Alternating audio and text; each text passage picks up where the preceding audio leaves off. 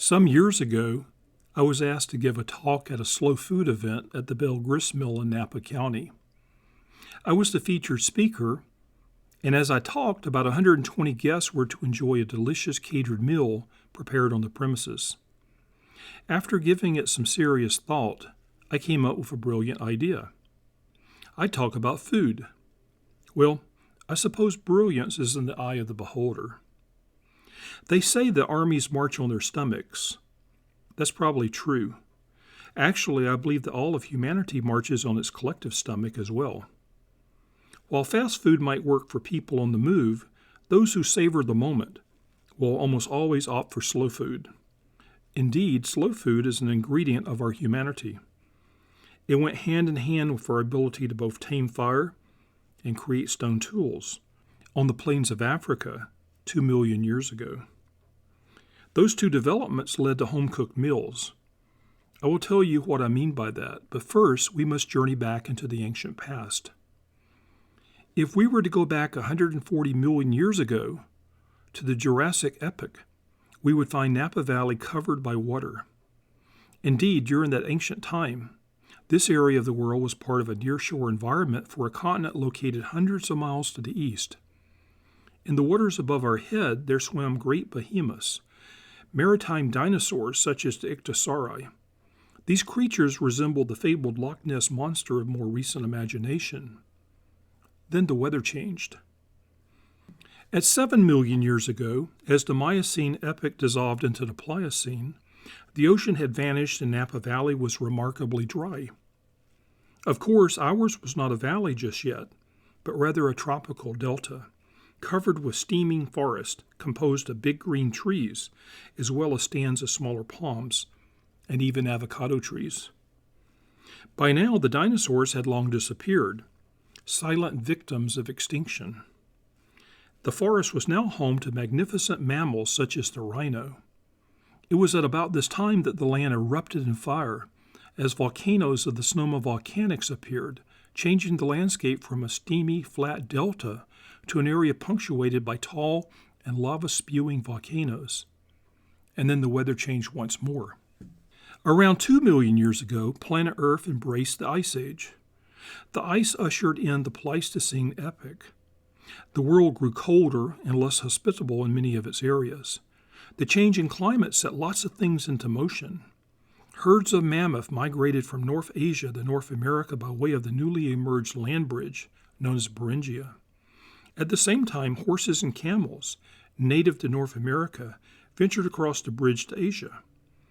Meanwhile, on the plains of East Africa, our earliest human ancestors, Homo habilis, scampered down out of the trees for their customary fast food, grabbed a handful, then hurried back to the safety of their lofty perches so as to avoid being food themselves. One day, as the Ice Age was quickly approaching, one of these early Homo habilis ancestors of ours intentionally broke a cobble, and from it was born humanity's first stone tool, a kind of crude chopper labeled the Odawan chopper by the paleontologist and archaeologists Ellis B. and Mary Leakey. Armed with such stone tools as these, Homo habilis was able to stand its ground and defend its space on the ground. That allowed it time to hunt, and the sharp stone tools allowed it to butcher its game most effectively. In time, it banged one rock against another and discovered its ability to create fire. With the taming of fire, Homo erectus was born. This ancient ancestor stood upright, used stone tools, and cooked its food over a fire. Whereas Homo habilis had subsisted on fast food, Homo erectus began to experience and savor slow food. That was 2 million years ago, and we humans have never looked back when it comes to our culinary pursuits. Throughout the Ice Age, the weather continued to change from time to time. It was during one of the warm spells, known in North America as the Port Talbot Interstadial, that humans are thought to have migrated north out of Africa. Other human migrations would follow elsewhere. By 13,000 years ago, humans had colonized California. People were probably living here even earlier than that, but sites dating earlier than 13,000 years ago have yet to be found and or firmly dated.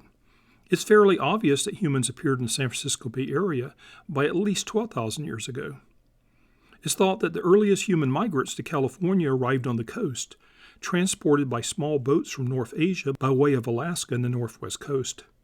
Shortly thereafter, another wave of settlers arrived coming down from Alaska by way of the Great Plains. Whereas the boat people were salmon, seaweed, and shellfish eaters, the interior folks were big game hunters, with a preference for mammoth and bison. However, while the earliest Californians may have barbecued a mammoth from time to time, it's likely that they subsisted more on the local lacustrine resources, such as fish and waterfowl. Just as those early Californians were settling down, the weather changed again. The Ice Age ended. Consequently, the sea rose 400 feet and flooded Beringia and much of the continental coastlines. Most of the spectacular megafauna went extinct, including every last member of every herd of mammoths, all the mastodons, and every saber-toothed cat. Around 10,000 years ago, as the world warmed up following the end of the Ice Age, humans began to experiment with alternative lifestyles. In the Middle East, people began to domesticate plants, which they soon began to plant and cultivate.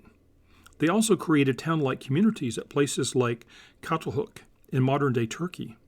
At about the same time, plants were also being domesticated in the Americas, including tiny specimens of the first maize. In California, grinding stones began to appear.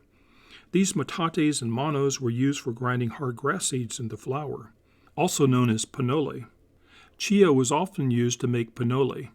The grass floors of Central California valleys would have sustained a sizable community of human inhabitants, especially given all the elk, deer, salmon, and waterfowl that would have been found in the area. And then the weather changed once again. Around 4,000 years ago, the American West experienced a warmer and drier spell, which resulted in the drying up of many of the great ice melt lakes that characterized the Great Basin and the deserts of Southern California.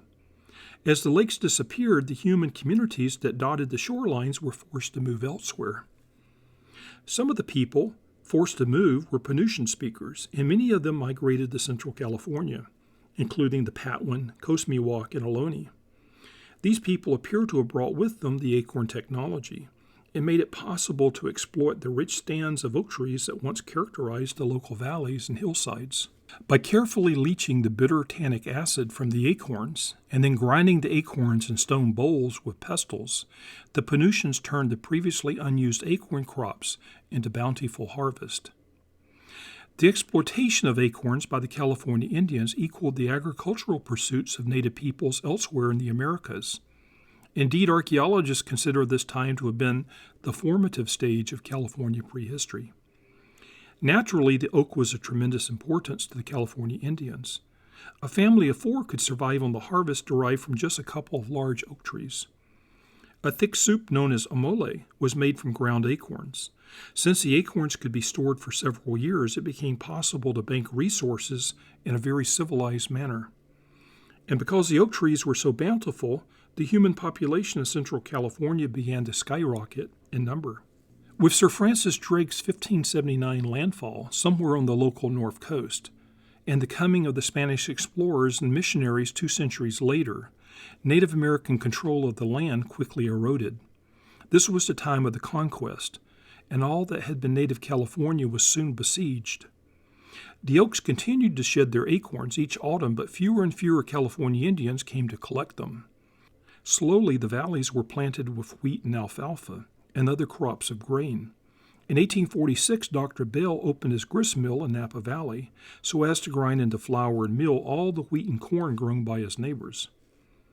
In 1861, Napa Valley witnessed its first commercial winery, with an enterprise founded by Charles Krug.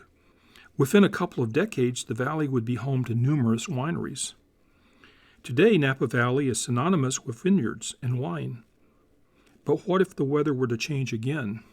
Recent events suggest it's changing, and not for the better.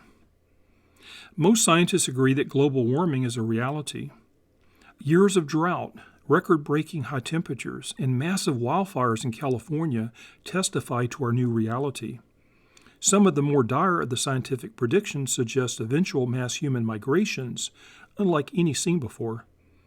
A rising sea would bring untold catastrophic effects to most of the Earth's coastal areas. Many millions of people could be forced to leave their homes with little or no infrastructure for relocating or resupplying them afterwards.